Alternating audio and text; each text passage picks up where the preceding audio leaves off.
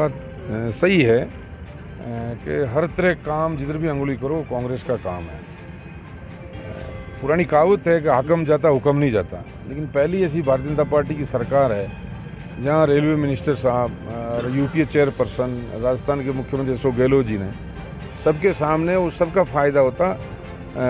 और यहाँ memo coach factory का केवल काम ही नहीं, ज़मीन भी अलॉट की, शिलान्यास किया।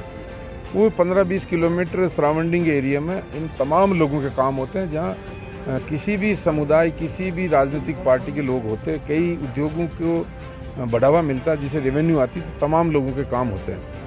लेकिन सबका साथ सबका विकास का थोथा नारा देने वाली भारतीय जनता पार्टी की सरकार ने ये आपने देखा होगा कि किस तरह इतने बड़े फैसले को बदल दिया और आज इस एरिया को मुंह मोड़ दिया। दूसरी तरफ कांग्रेस पार्टी ने रिफाइनरी जैसी, जहाँ यहाँ तक सीधा फ़ायदा नहीं, इनडायरेक्ट फ़ायदा यहाँ होगा, वो अशोक गहलोत जी ने अपने राजस्थान की सरकार के मद से पैसा लगा के यहाँ लेके आ रहे हैं। इसी तरह यहाँ कई इंडस्ट्री, टेक्सटाइल पार्क हैं या और कई ऐसे उद्योग धंधे हैं जो सीधे तौर से राजस्थान सरकार से जुड़े हैं। राज्य सरकार यहाँ चाहे सिमरे की जोन हो, वो तमाम चीज़ें यहाँ लेके आ रही, जिससे इस एरिया का विकास हो। जिस एरिया में सड़क, बिजली और पानी, तीन चीज़ हो, वहाँ विकास होता है। हमने हमारे हाथ की NHI सड़कें सारी कांग्रेस पार्टी की देन है, अशोक गहलोत जी की देन है, यूपीए सरकार की देन है, हमारे यहाँ सांसद थे CP जोशी जी, उनकी देन है। तमाम लोगों के सहयोग से ये चीज़ें हुई है। यहाँ सड़कों का जाल बिछा हुआ है।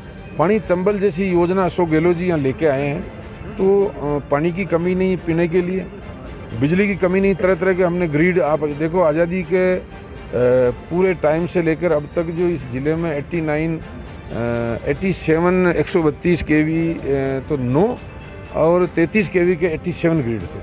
हमने 12 ग्रिड तो 132 के बनाए नए पिछले कार्यकाल में हमारे, और 33 kV के बनाए इस कार्यकाल में, और हमने हाथ में लिए कई ऐसे ग्रिड बनाए।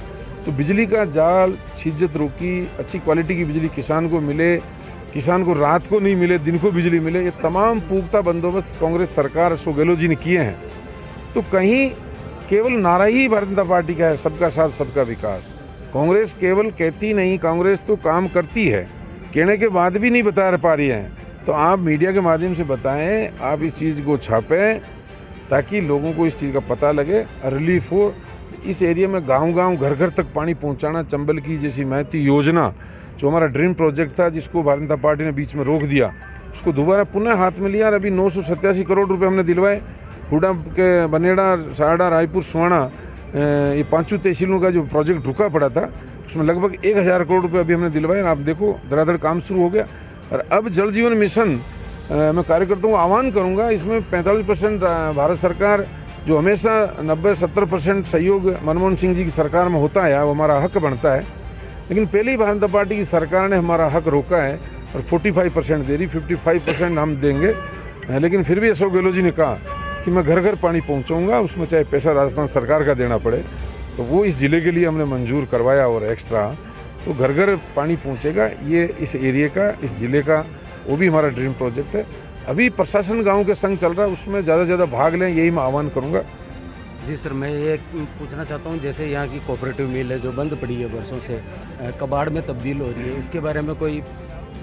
देखो, मिल जब जब कांग्रेस की सरकार, लगाया भी कांग्रेस ने, जब यहाँ प्राइवेट मिलें नहीं हुआ करती थी, लोगों की फसल की उपज पूरी नहीं मिलती थी, तब कोऑपरेटिव मिल हमारे सुखड़िया जी मुख्यमंत्री जी थे, राजस्थान के निर्माता, यहाँ लड्डा जी थे, ऐसे लोगों ने ये मिल का निर्माण किया। सने सने सरकारों ने ध्यान नहीं दिया। कांग्रेस सरकार जब जब रही, यहाँ ध्यान दे के लोगों को, मजदूरों को फ़ायदा भी दिया। अब काफ़ी इंडस्ट्री प्राइवेट भी आई है। भारतीय जनता पार्टी ने इन मिलों को बंद कर चुकी, तीनों को, गंगापुर, हनुमानगढ़ और गुलापुरा। वो तो इसको बेचने के कगार पे है, बीच बीच में हमने रुकवाई भी थी। देखो अभी तो बंद पड़ी हुई है, लेकिन फिर भी इनका सब्सिट्यूट, इनके जो कर्मचारी अधिकारी थे, अधिकतर हमने समावेश किए हैं। बच्चे ने जिनको भी हम समावेश कर रहे हैं, और बाकी इंडस्ट्री से हम उन लोगों को राहत प्रदान कर रहे हैं, किसानों को भी उनकी उपज का सही मूल्य मिले, वो पुख्ता बंदोबस्त कर रहे हैं।